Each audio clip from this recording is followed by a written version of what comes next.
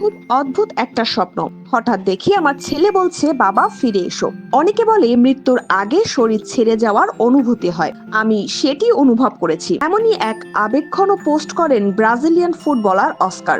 এই আবেগঘন স্মৃতি যেন তাকে জীবনের নতুন সিদ্ধান্ত নিতে বাধ্য করেছে। ব্রাজিলিয়ান ফুটবলে এক সময়ের উজ্জ্বল নাম অস্কার দস সান্তোস অ্যাম্বায়োদা জুনিয়র। এক ভয়ঙ্কর অভিজ্ঞতা থামিয়ে দিল তার ফুটবল কেরিয়ারকে। হৃদরোগজনিত জটিলতায় প্রায় মৃত্যুর মুখ থেকে ফিরে এসে 34 বছর বয়সেই পেশাদার ফুটবলকে বিদায় জানালেন এই মিডফিল্ডার। শনিবার এক আবেগঘন বার্তায় নিজের অবসরের ঘোষণা দেন সাবেক এই তারকা। সর্বশেষ খেলেছিলেন নিজ দেশে ক্লাব সাও পাওলোতে, যেখানে 2027 সাল পর্যন্ত তার চুক্তি ছিল।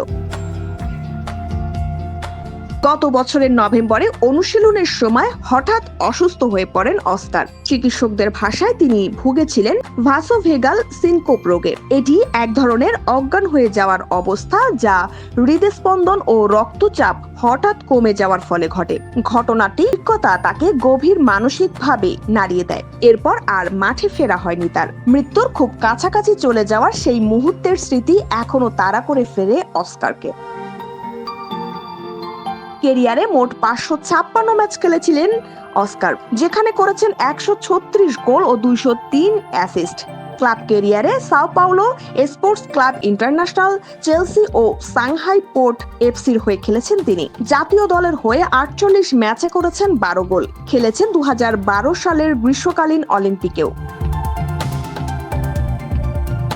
অবসর ঘোষণায় অস্কারের কণ্ঠে ছিল আক্ষেপ। তিনি বলেন, আমি আরো খেলতে চেয়েছিলাম, আরো দিতে চেয়েছিলাম।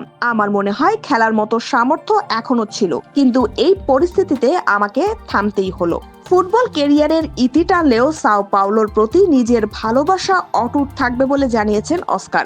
এখন তিনি নিজেকে একজন সমর্থক হিসেবেই দেখছেন। ইন্দ্রাণী মুখার্জি, ডেস্ক রিপোর্ট, সকালের বাণী।